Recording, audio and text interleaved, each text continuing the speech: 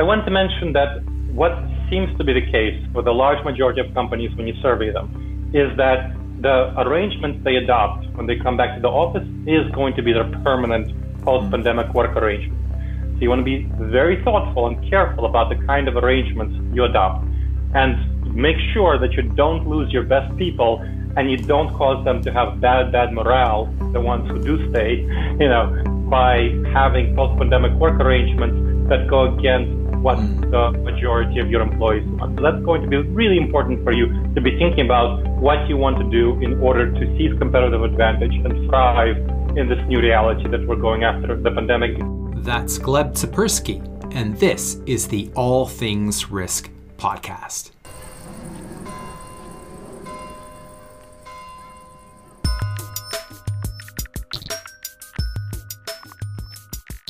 Welcome back to the All Things Risk podcast. I'm Ben Catania, your host. This is my show where we use the lenses of risk and uncertainty to understand ourselves and our world a little bit better.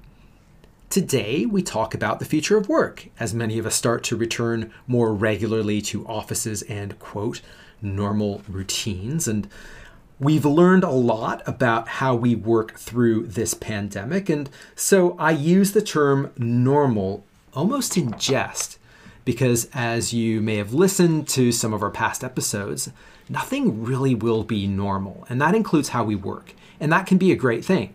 And there are also opportunities to look at the world as individuals a little bit differently and to make some changes. Now, that is a subject for another day. Today, I welcome back Dr. Gleb Tsipursky to the show. Gleb is a best-selling author, the CEO and founder of Disaster Avoidance Experts, and an expert in cognitive biases and decision-making. He joins the podcast to discuss his latest book, Returning to the Office and Leading Hybrid and Remote Teams. And we talk about that, including a number of mistakes that the likes of Facebook and Amazon and others have made when it comes to returning to physical offices, how to avoid those mistakes, cognitive biases and the new era of work, why virtual and hybrid models of working are here to stay, and tons more. This is a very nutrient-dense conversation. So let's get into it. Here is Dr. Gleb Tsipursky.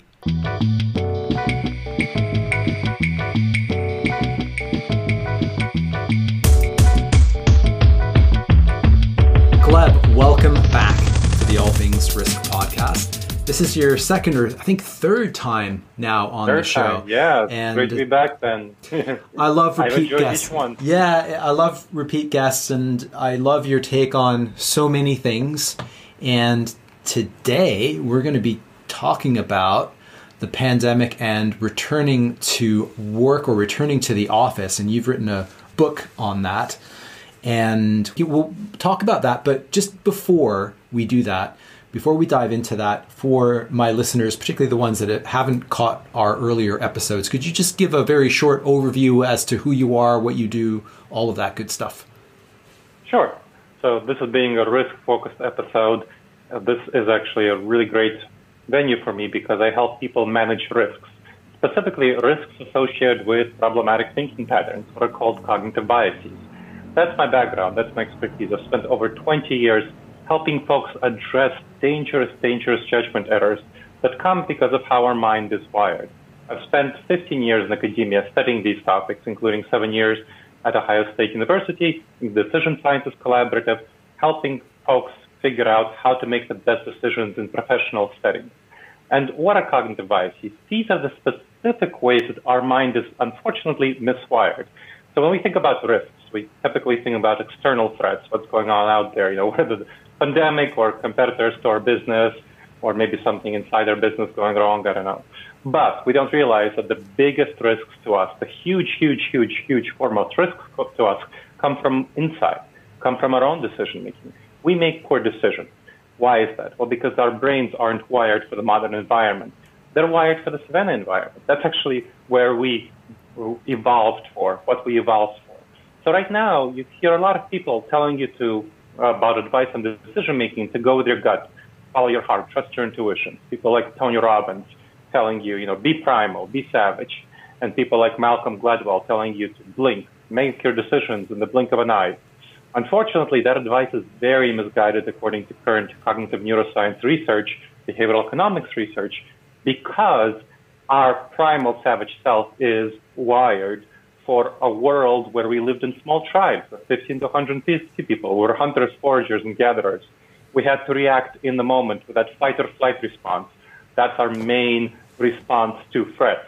Great for facing saber-toothed tigers or, when a bus is barreling down at you, but many, many less threats in the modern world are the kind of life or death immediate situations that are saber-toothed tigers, but we're still encouraged to go with our gut and make those snap decisions, and we still do. It feels very comfortable to us. And unfortunately, we don't realize that the right course of action is the counterintuitive course of holding back, waiting, pausing, gathering evidence from people who disagree with us and perspectives that oppose our opinions, and then incorporating that into our decision-making. That is a very uncomfortable activity, and there are many, many specific ways that our mind goes wrong in trying to make the best decisions. So that's what I help folks with. That's what I help folks address. And today, returning to the office and managing my book on returning to the office and leading hybrid and remote teams, benchmarking the best practices for competitive advantage, that's what we're going to be talking about. And we see a lot of top leaders making some terrible decisions around returning to the office that really cost them many, many millions of dollars. So you don't want to be in that situation. When we talk about leaders making bad decisions, the biggest companies worth trillions of dollars are making some terrible decisions around returning to the office, as well as much smaller companies. You don't want to be in that place. So that's my expertise. That's my background. That's what we'll be talking about today. Great. Well, let's dive into that. And as you mentioned, your book is called Returning to the Office and Leading Remote and Hybrid Teams, a manual on benchmarking best practices for competitive advantage, if I've got all that right. And one of the things I want to latch onto is returning to the office, because I like that turn of phrase. I think that we are hearing this other phrase called return to work. And I work remotely during the pandemic, and I can tell you that people who've been working remotely have been working very hard over the past few months and beyond, year and a half almost. And so maybe let's start there. What have we learned about work during the pandemic? I absolutely agree with you. Return to work is a terrible phrase that's used kind of as a propaganda method to convey that working at home is not real work, which is complete BS. As the vast majority of us can attest who have worked at home during the pandemic. Of course, I'm not talking about essential workers, but people who can work at home during the pandemic. Around half of the workforce, both in the US and the UK, has been shown to be able to work at home during the pandemic quite fine, without any problems. So people who are trying to force others to return to the office are making some problematic decisions, which we'll talk about here. There are some dynamics that we need to understand. So, getting back to your question, what did we learn about remote work? We learned that, surprisingly, you might be surprised about this, people are actually more productive working at home than in the office. Around 10 to 14% more productive, looking at various studies. And this is across all of their work activities. So all of their work activities are more productive. They are overall, when you look at the breakdown, so that's kind of the broad average in terms of productivity. When you look at the breakdown, you see that people are most productive at home on their individual tasks, on the individual tasks that they have to do without collaboration with others. They are somewhat less productive depending on the kind of collaborative tasks that they have to do with others. So there are definitely some benefits in people coming into the office when they need to do collaborative work. And that depends on how much collaborative work they need to do and what kind of collaborative work it is. So we'll dive into that. But what we overall learned is that overall people are much more productive at home than in the office. And it kind of makes sense, Think about it. You're not taking up your time with the commute, which, an hour there, an hour back, or however long your commute is. That is very draining. When people say they don't want to return, we'll talk about employees and their desire to return to the office. Well, we have a lot of information about that, but that is the number one complaint that people have about returning to the office. Taking 2 hours out of their days and a lot of emotional energy, because when they're, people are bumping into them when they're in public transportation, or they're, have stress when they're driving. So there's a lot of problems with the commute itself. And then when you're going into the office, passing through security, depending on all these situations, that all eats up more time. So when you look at people's actual productivity at home, they work on average during a month about 20 more hours than in the office. So and that's where you have a 10 to 14% increase in productivity, around 20 hours more work, because again, their work time is not eaten up by all of these other things. So that is incredibly important to realize, that people are more productive. That's one dynamic of what we learned. Second is that we learned that, unlike what the vast majority of folks thought before the pandemic, we actually can effectively work from home. We can work from home. We can maintain company culture. We can collaborate. We can maintain team collaboration if we choose to do it effectively. Unfortunately, the large majority of companies have not done really effective adaptation to working from home. And here's why. We went to work from home in the emergency situation in the lockdowns in March 2020. So emergency situation, lockdowns, and people in companies overwhelmingly transposed their ways of collaborating in the office, their office culture, on remote work. And that's not a great fit. Zoom happy hours are not a great thing. Yeah. People are not happy about those happy hours. They're not fulfilling. They're not connecting. Why is that? Well, let's go back to that Savannah environment, those gut reactions, right? We're used to having tribal experiences, living in those small tribes, 15 to 150 people. And that's face-to-face. That's where we connect with each other. We read each other's body language. We have those gut reactions in each other's faces. We get energy from each other when we draw on that mutual connection. Zoom happy hours are supposed to fulfill that and, kind of replace those happy hours in the office, but they don't. Our gut reactions, our intuitions, our emotions just don't process those happy hours as fulfilling, as emotionally rewarding. And thus, overwhelmingly, those Zoom happy hours are more draining than meetings in the office. And the same applies to regular work meetings. The Zoom meetings tend to be, on the whole, quite a bit more draining for the same intensity and time of meeting. And so there are a lot of problems with the way that companies transpose their work culture to their office culture to working remotely. So they have not figured out how to adapt to this culture because they thought, well, it's going to be an emergency, a month or two or something like that, and kept going for many months, 15, 16 months by now. And companies have still not chosen to adapt and chosen to really figure out how they can strategically fit their remote work culture to what the needs of remote work. And there are many other problems related to that we can get into. So that's a cognitive bias called functional fixedness. Functional fixedness refers to the way we have learned to do something in the first place.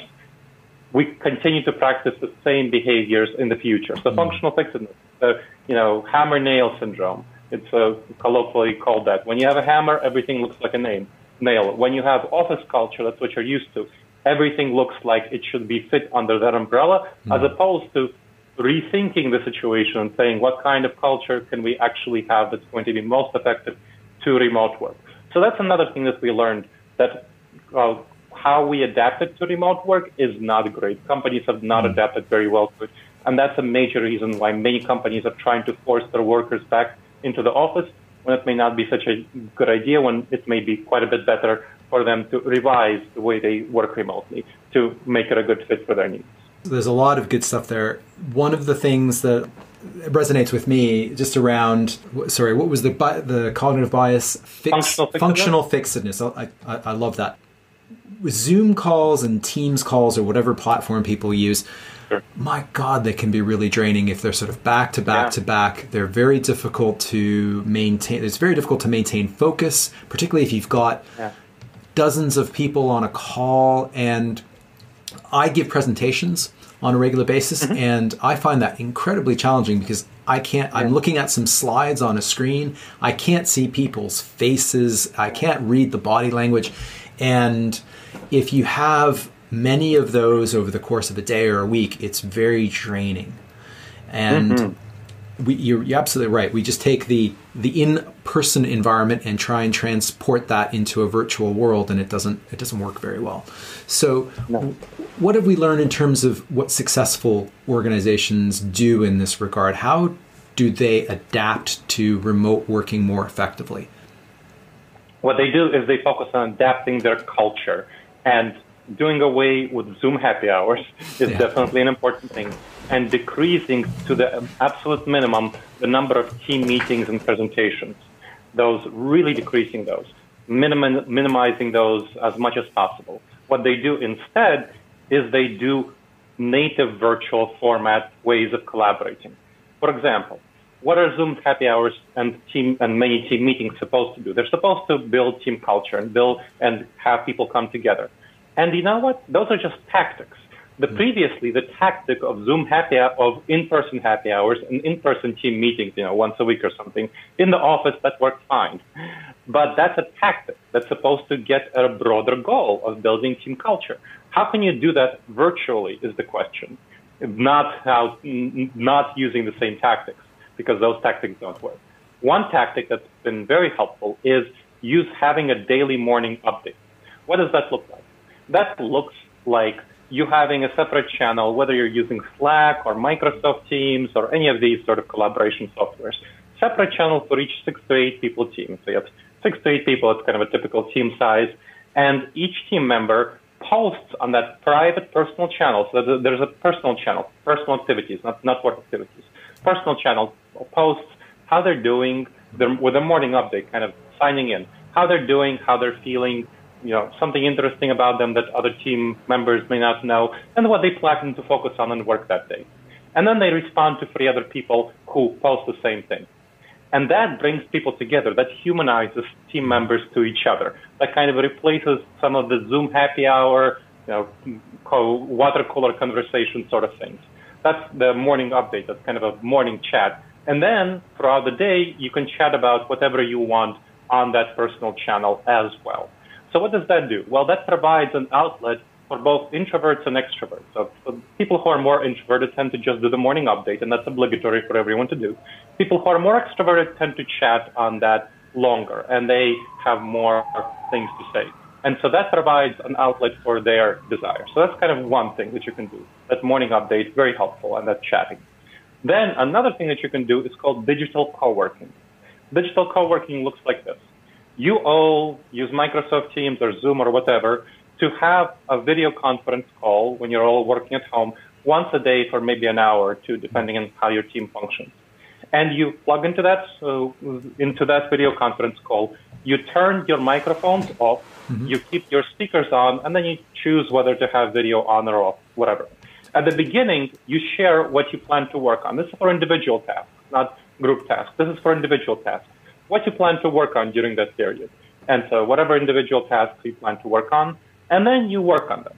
Now, during that time, if you have questions about the task that you're working on, you can turn your microphone on and ask, and you'll get some team member responding to that question. It's kind of like the benefits of the cubicle shared space without that. And you can also save up your questions over the previous day for that time when you're doing digital co-working together. And so and you answer each other's questions. That provides a sense of belonging, a sense of team bonding, a sense of building culture with each other, building teamwork with each other. And so that is really helpful. And then at the end of the hour or two, you all turn on your microphones and you share what you've accomplished during this time and any questions, comments you had. And the supervisor should be looking at the situation and seeing if some team members are having challenges with the project or something. They can then have a chat afterward about coaching them and how to do something better. So that's digital co-working. That's incredibly helpful. That builds team culture, collaboration, and that doesn't require the energy that team meetings take because they're just working on your individual stuff.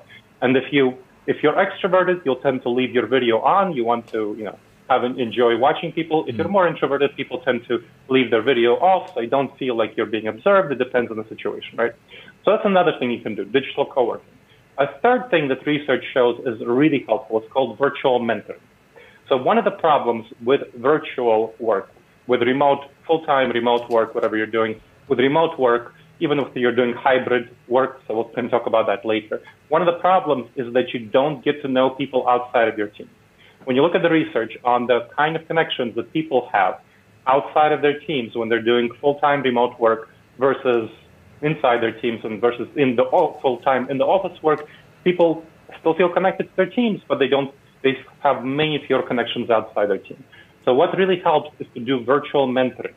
Have a virtual mentor from outside of your team for each team member, for each especially younger team member, for any person who wants to level up and go up in the organization, have that virtual mentor who provides some guidance, support, and connections outside of their teams. And that replaces a lot of the on-the-person learning, mentoring that people get. And of course, have a mentor from inside the team for any junior members. So that is another strategy that has been shown to work really well. Now, a fourth thing I want to mention that I really want to emphasize is called digital diversity, equity, inclusion activities. So folks tend to forget about DEI in the remote world. But when we look at what's happening digitally, we do see that some diversity issues do arise. So for example, people who are in minority positions, whether it's women, whether it's people of African heritage, whatever it is, other heritages who are not straight white males, let's say it that way. What tends to happen is that they get talked over at meetings and they get interrupted often, much more often than straight white males. And there are other forms of cyberbullying, cyber harassment, and so on. So you want to make sure to address these sorts of issues as part of adapting your culture to remote work. So that's going to be important as well. So those are just a few of the ways that you can effectively adapt your culture to remote work and make sure to replace with native virtual formats what we previously had in the office. So using a different tactic to accomplish exactly the same end. That's great. Some really good suggestions there, Gleb. I like all of those things. Let's talk about returning to the workplace. And one of the things that I think is important is for us to realize that things weren't great in many workplaces before this kicked off, right? And one of my things, the pet peeves, bugbears, whatever you want to call it, I really dislike is the open office, the open plan office. There are a lot of myths associated with the open plan office, that they're great for collaboration and all of this stuff, but the research doesn't bear that out. It suggests that quite the opposite. People kind of switch off. They're noisy. They're distracting, especially for introverts. A lot of people who do knowledge work might tend to be more introverted. Not always the case, but they aren't great. So coming back into that environment, or even in a hybrid, this is an opportunity maybe to look at this problem a little bit differently and adapt the ways in which we work. And I'm just curious as to what you're seeing, if you're seeing the same functional fixedness in terms of, well, everything is just going to go back to normal, or what are the myths, the mistakes, and how can organizations and individuals maybe overcome some of those associated with returning to the workplace? So this is a big, big challenge. And the first thing you need to decide is what kind of return to the workplace you'll do in the first place. So when we look at returning to the workplace, I'll give you some statistics so that we have a similar basis. There were over a dozen major surveys done by now on what employee preferences are on returning to the workplace. And these are surveys done by places like the Harvard Business School, by Microsoft, by Slack, by the Society for Human Resources, so SHRM, the Society for Human Resource Management. So major independent organizations, associations, companies that have both survey data, ask people, and Microsoft Teams, Slack, and so on, have internal data on how people collaborate. So they are LinkedIn, they have data from Microsoft Teams, the inside data, Slack, and so on. And so here is what the surveys show. They show that overwhelmingly that people do not want full-time Monday through Friday, 9-to-5 work.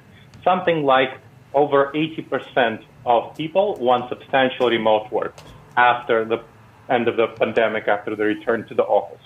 And of those people, the total people, so when you were looking at something like maybe 15 to 20% want full-time in the office work. Something like maybe 50% or so want hybrid work, which means maybe coming to the office 1 to 2 days a week. And the rest, a substantial minority, something like 35% want full-time remote work. Now that's kind of the basis of where we need to come from. So that's what people want. We also know that anywhere from 45% to 55% say that they will leave their workplace if they're not given sufficient flexibility in what they want. Maybe meaning what kind of arrangement they want in regards to the remote work. So that's really significant and very important information. And we know that going back to kind of, how people have experiences, what kind of experiences they have, overwhelmingly, over 75% of the people say that remote work, substantial remote work, whether full-time remote work or 3 to 4 days at home, 1 to 2 days in the office, would allow them to have much better mental health and well-being, much less stress, much better work-life balance. So those are things that people really want, and that they'd be much more likely to stay with an employer who gave them, over 70% of the people say that they would be much more likely to stay with an employer who gave them appropriate remote work. On average, they would be willing to give up 8% of their salary, 8% of their salary to match their preferred remote work preferences, whether fully remote, hybrid work. The people really want this, and they are very much driven by it. We see this great resignation happening where people are right now resigning in droves from companies that are not fitting their needs, their desires for returning to the office. And so I mentioned Amazon. One of the things I want to mention is the company. Amazon had a situation where in mid-June, they had to roll back their previous plan for returning to the office. They wanted a full-time office culture. They wanted Monday through Friday, 9 to 5. That's what happened. Well, they started having people resign, great tech workers. We're talking about tech workers, right? So people who tend to be more introverted and to do all of their work at home. They started resigning from Amazon. And Amazon had to have the black eye of rolling back its work, its plan and saying, okay, we'll have much more remote work available for our folks. That cost Amazon unquestionably many millions of dollars. Funny thing, on May 5th, Google did the same thing. So a month beforehand, Google also wanted to get all its employees back into the office, and then to roll back its plan, said, okay, we'll have 20% of them working remotely or something like that, full-time remotely. Again, huge black eye, many millions of dollars. Apple, what's happening in Apple? Apple also wants to force all its employees back to the office. And we now know that there's publicly internal opposition and people are resigning from Apple in droves. The same sort of folks are resigning because they're being forced back to the office. So this is a situation where we have $3 trillion companies, trillion-dollar companies, the very top level, that are losing many millions of dollars in top employees because they're trying to force their employees back to the office, which many employees with the open office and other sorts of work arrangements don't want to do, and they know they can do their work from home. So that's the basis from which we're coming. So we're having people at the very top levels of the leadership. There are only $5 trillion companies, and we have 3 of them making terrible decisions. And Microsoft has said you can work remotely full time, so that's not a problem for Microsoft. So that's something that we need to realize. People at the very top levels, super top, are making terrible decisions. Now, go ahead. No, I was just going to comment that these are supposedly some of the most advanced companies on the planet, right? that you would have thought would know a little bit better. And the other thought I had is that this remote working thing and giving people more flexibility is actually becoming a source of competitive advantage in terms of recruitment, retaining, attracting talent. That's why my book is called Returning to the Office and Leading Hybrid and Remote Teams, benchmarking the best practices for competitive advantage. This is what the people, the top talent that is quitting these companies, Amazon, Apple, Google, they're leading for companies that are smaller, like Snowflake and Microsoft, and Microsoft is not smaller, like Snowflake and Dropbox and Twitter and Square and so on, that are allowing people to have full-time remote work. So this talent is definitely going to the areas that allow remote work, and it's definitely a source of competitive advantage. In the modern world, the main source of competitive advantage is your people, especially for tech companies, right? It's not like they have other things. It's their people. Their people are their source of competitive advantage, and they're losing their competitive advantage. So this is a big problem for these companies that are not making good decisions, right? In a way, when you're looking at the top biggest companies, you're looking at the kind of bureaucratized behemoths. And so they are not as nimble as many other companies. And they should really know better. Microsoft made the right decisions, but they are still kind of tied down by their old culture, old practices, back to the office. And so there are many other leaders who are still tied to that, who are making similar decisions. I was giving a presentation for Vistage, which is peer executives of middle market companies from 100 to something like 2,000 employees. And this is in the UK, in the US, across the globe. There are peer executive groups who belong to Vistage. And they did a survey of all of their groups. And this is many thousands of members, something like over 100,000, don't know the exact details. And they found that less than 50% did surveys of their employees on what their employees wanted in returning to the office. Less than 50% did surveys. And this is an example of what terrible decision-making looks like. You're failing to gather data. And why do people fail to gather data? Well, there are a couple of reasons. We're going back to these cognitive biases. One is called the false consensus effect. The false consensus effect. That's where we believe that other people who are in our tribe, so going back to tribalism, share our values, share our preferences, share our predispositions. So those top leaders in those Vistage companies, they feel that their employees share their values and perceptions on returning to the office. So that's a big problem. And Amazon, Apple, and Google had that same problem. The top leadership felt that their employees shared their preferences, predispositions, and desires. And clearly they were very badly wrong. Otherwise, they wouldn't have to roll back their plans. Well, Apple hasn't yet rolled back their plans, but I'm guessing that they will because of very substantial employee position. But Google and Amazon, it cost them many millions of dollars, great employees, in order to roll back their plans, right?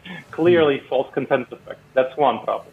The other big problem is called the confirmation bias. And this is the famous one. You've probably heard of it. It's where we look for information that confirms our beliefs, and we ignore information that doesn't. So looking for information that confirms our beliefs, ignoring if it doesn't. So what leaders in Vistage companies who I talked to often did, who did not do surveys, is they talk to their top leaders.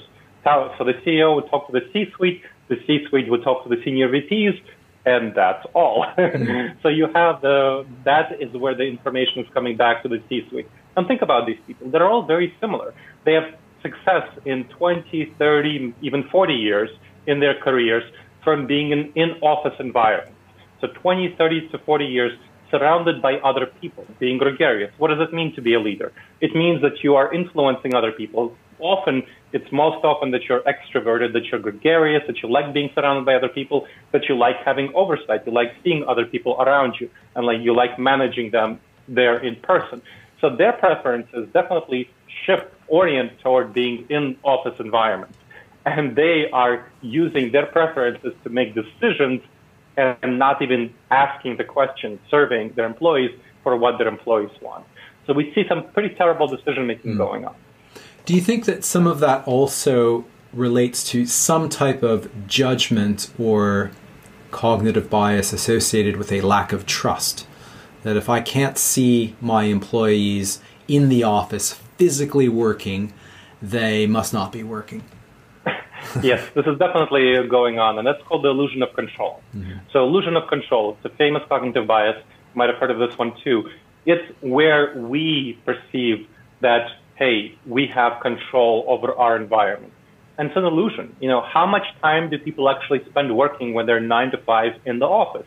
When we look at statistics on how much time people actually spend working, it's less than 5 hours. So something about just over half the time or about half the time that they're in the office is actually spent working.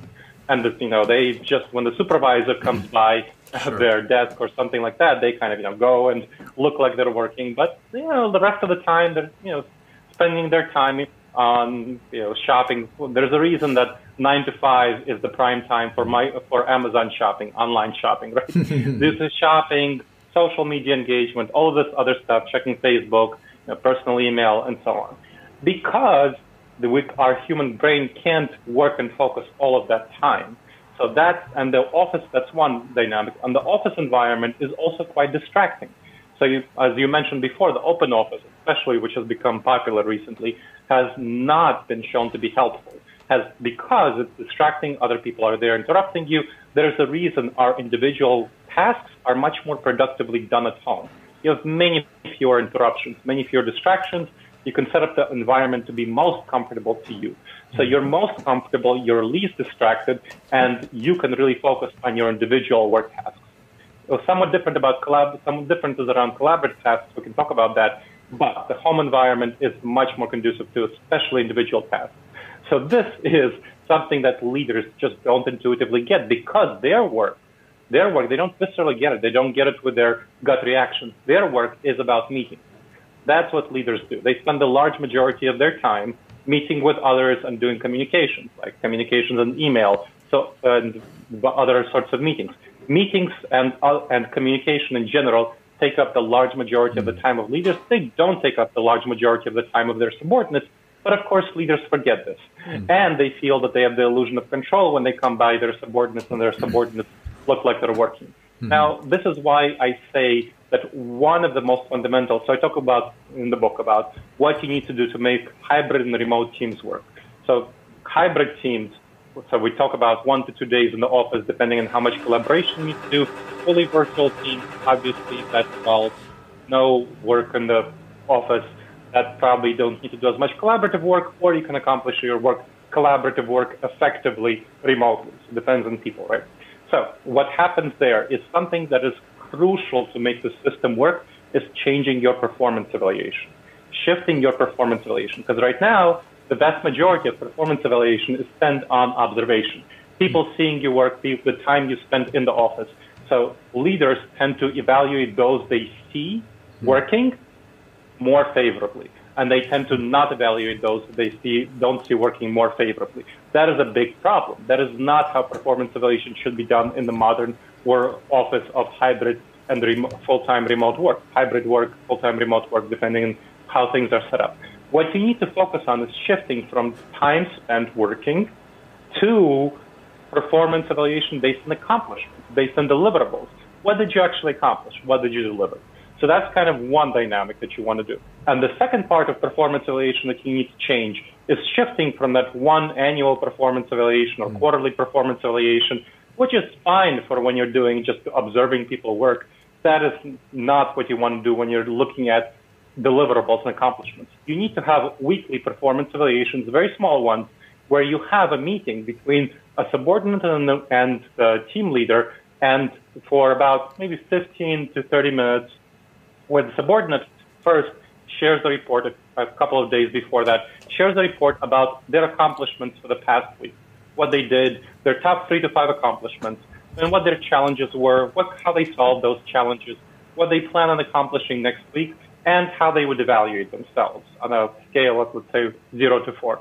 So that's 5 points. That's pretty brief. That's a brief report you send to your supervisor, your team leader, and then the team leader, during the 15 to 20 meeting, reviews the accomplishments, talks through them. If they maybe give some coaching on addressing problems, reviews the accomplishments planned for next week, and revises or accepts the self-evaluation of the team member. And that all gets fed into a promotion and evaluation system with a bigger promotion and evaluation every quarter. That's a much, much better system for doing hybrid work and remote work. Why? Because it allows you to track what each person is accomplishing, allows you to improve their accomplishments over time, and doesn't depend on time worked. Doesn't depend on, how much time they work. It just depends on accomplishments. If they can get the tasks they need to accomplish done in, 5-6 hours of intense work, that's great. Why do you need them to be logged down all this other time? You're not getting more than 5 hours of solid work out of them anyway during the 9 to 5 period. So you want to help focus on accomplishment, and using this performance evaluation measure is incredibly important to make sure that the hybrid and remote work model works. Yeah, that makes a lot of sense. I can imagine there's a lot of inertia as well, though, to trying to adopt some of these things. Maybe we could just touch on some of you. I know you've spoken to a number of executives in the course of pulling this book together. 61 executives. Fantastic. So what mistakes have we not talked about right now in terms of planning a transition? And I guess the reverse of that in terms of companies, executives that are really switched on and they're really taking advantage of what's happening in order to enable competitive advantage? What maybe those two sides of that coin, what do those look like? Well, of course, not making mistakes and seizing opportunity is kind of the flip side. One of the mistakes I've seen people make is related to that open office that you mentioned, where people are coming back and they're, let's say the company is mostly hybrid first, 1 to 2 days in the office, and then the rest of the time they're maybe 10% or 20% or 30% work full-time remotely. That is a good best practice for companies to have, where on the average it will work for most companies, and that will depend again on how much collaborative work you need to do. So if people need to do more collaborative work, maybe they come to the office 2, maybe even 3 days a week. But on average, once per week in the office is going to be sufficient. And then some people who can be successful working remotely would work remotely. So the first thing that I see leaders making mistakes about is who makes the decision on which people, how long they work remotely. One type of mistake is for the company director, the CEO, to make the decision and say, you all work 1 day a week, something like that. Another type of mistake is to let each individual team member make their decision, saying, I'll just let individuals make the decision. The first decision is a mistake because it doesn't fit the individual needs of each person. Maybe some people might need more time in the office because they have more collaborative tasks. Some people might need less time in the office because they have very little collaborative tasks or they can do them successfully at home full time, whatever. So that's the CEO mistake. The individual mistake is that it doesn't coordinate with their team. You want to be in the office when the rest of your team is in the office, and you want to make sure that it's coordinated with the team. So the best type of decision-making, seizing opportunities here for competitive advantage, is to let team leads, the supervisors of lower-level teams, make the decisions for their team, in consultation, of course, with the rest of their team members, while allowing any individual team members who really want to work remotely to encouraging them to allow them to work remotely if they can successfully work remotely. So what that does is makes sure that the whole team is coordinated. So let's say the team decides we want to come in 1 day a week. And that is the 1 day that everyone comes in, except that 1 or 2 people maybe work for full-time remotely. And you'll still, even if they work 1 to 2 days full-time remotely, that does involve once a quarter coming in for a team building retreat, because it does really help to build the team to have human presence and learning about each other, connecting that in that human way. But that's once a quarter, people can do that. That's not a problem. So once a quarter. Even if they move, to, I don't know, New Zealand, they can come back for once a quarter to have a meeting, right? Actually, the company pays, which it should, for that travel. So you have that meeting, and you have that team that agrees to come in once a week. And then from that, you have evaluation of how much office space do you actually need. Because, for example, what happened with Apple. Apple told its employees that, hey, you all need to come in Monday, Tuesday, and Friday. Monday, Tuesday, and Friday. That's what they told them, which is a terrible schedule because, that doesn't allow them to have breaks in the work week. It's really bad. I mean, there are a number of reasons why it's bad. You can't even come in for a couple of days and just stay there. If it's Monday, Tuesday, Wednesday, you can, come in for those days and travel the rest of the time. That's a terrible decision.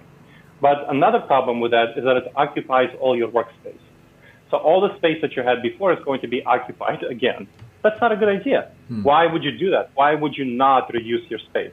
So let's say you have a company that says, you can have employees coming in on average 1 to 2 days a week and some work remotely. So you'll have on average all of your employees with some working remotely come in once a week.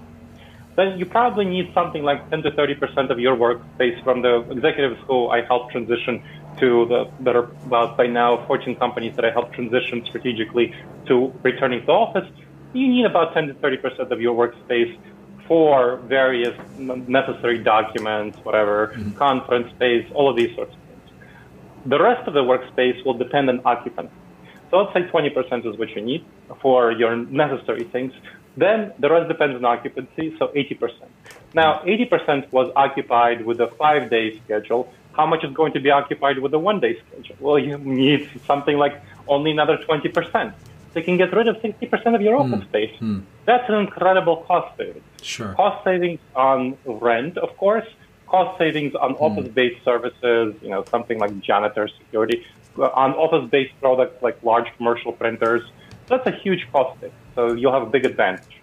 So then the next step is to redo your office space. You don't want those open office plans. And you want to think about what are people going to be actually doing in the office. They don't need those individual cubicles. Why would they have those individual cubicles? They are not working their individual tasks in the office. They're only doing collaborative tasks. So you want to revise the vast majority of your office space. I mean, you'll still need the offices, individual closed offices for leaders who need to have private conversations, and that's fine. But the large majority of your office space should be devoted to collaborative work. Things like conference rooms, where you'll upgrade the technology to have great video conferences for people who are coming in and having remote meetings, to informal collaboration spaces like lounges and so on. And then having some set aside. So what works well is to have something like 2/3 of your space collaborative and 1/3 of your space for individual. Maybe a half of that third, so maybe 15% or so for office space for executives, and then the rest of the 15% for floating desks, so sort of hot desking, for people who want to come in and treat the office space as essentially a co-working space. So they'll do their individual. Or let's say you have come in for 1 day a week for collaborative tasks, and you have a meeting in the morning and in the evening, and you do a little bit of work in between on your individual tasks. So that's the kind of thing you want to do. So you want to revise your office space. So that's going to be really important for you to succeed. So those are 3 points I want to highlight. Another point that needs to be made that you want to make sure to have competitive advantage is you want to treat the home office of your employees as part of your office. That means funding their office space. That means something like $2,000 to $3,000 US, and that would be something like probably 1,500 to 2,500 UK in pounds to fund their good equipment, because they need to have good equipment. They're not as productive if they don't have good equipment. When you look at what happened in the pandemic, about 25% of companies funded office space equipment for their employees. And those employees were definitely more productive than the 75% of companies that did not fund good equipment and office space for their employees. It means good laptops, good microphones, good cameras, good lighting, ergonomic furniture, separators, things that would make their office space comfortable, maybe soundproofing, all of those sorts of things. That's about $2,000 to $3,000 a year, which is their typical money you would spend on an employee in the office anyway. So you want to redirect that money toward them, expensing it on various home offices. So it's going to be important for productivity and comfort, well-being, less stress, and so on, physical and mental health. Another thing you want to be thinking about is how can you train your employees for this new hybrid/remote work environment. Let's say hybrid. So you have people coming in once on a week on average. So what are they going to do in the office? What are they going to do at home? They don't know that. You need to train them on how to do hybrid work effectively. So make sure to provide some training in effective hybrid work. So what does it mean to collaborate effectively when the only time you have for collaboration is 1 day a week? You need to really prepare for that. You need to use that time most effectively. And you need to strategically adapt to that collaborative work and for your individual tasks at home. So that's something that people need to be trained on. They also need to be trained on virtual communication and virtual collaboration. I'm very surprised by how few companies invested resources into training people for effective virtual communication and separately, distinctly effective virtual collaboration during the pandemic. Because again, they thought, 1 month, 2 months, and they forgot, they set it aside. Virtual communication is different than communication in person. You're losing a lot of body language, a lot of signals that you're not realizing you're losing. And so you need to really be thinking about, okay, how do I effectively read other people and communicate to other people? It's virtual communication. And virtual collaboration is, how do I effectively collaborate with people, make sure that tasks are done, communicate, and so on. That's virtual collaboration, teamwork. Companies used to train people in teamwork, and companies used to train people in communication, and they have not done anything, the large majority of them, on virtual communication, virtual collaboration, which are, of course, distinct from simple in-office teamwork and in-office communication. One of the things I just wanted to touch on is we didn't really dive into in any great detail is there are some downsides to remote working. I'm just thinking about, for example, for some people, their home environment perhaps isn't great to in order to work. Maybe they've got, a big family and lots of interruptions, or maybe they just don't have the internet connection. They don't have certain things, and they can't do very much about it. And similarly, that mental health aspect is something that we've learned can be a downside. If you're always feeling like you could crack open your laptop and check your emails and respond. I think some executives, some leaders have gotten into the habit of asking for things and expecting a response, say at 8 p.m. Yeah. Because what else are people going to be doing? And and the other thing that maybe is a downside is cybersecurity. So there are more vulnerabilities at home with some of these connections, devices, things like this. And I'm just wondering what types of considerations an individual, an organization might be thinking about in terms of the kind of the risks and the downsides associated with kind of going permanent on at least some type of home working, whether it's completely full-time or in a hybrid sense. So definitely some people are more comfortable working surrounded by others. That's the 15 to 20% who want full-time in-office work. And you know what? They can get their needs met if you have at least some hybrid capacity for your company.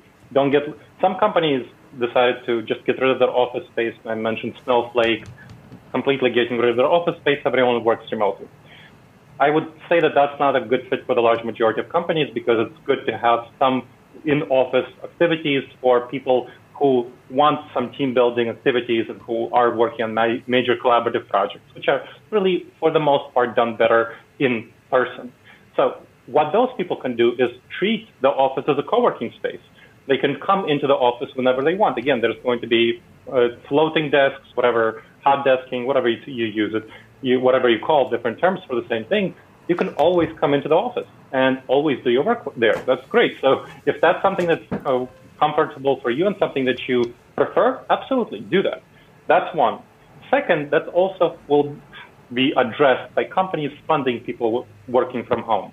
So if you have many people chose not to upgrade their internet connection, it's expensive, right? Well, if you have $2,000 to expense it again, let's say your internet connection upgrade is going to cost $50, which is a typical price for an internet connection upgrade. Well, that's going to be over the course of 12 months, $600.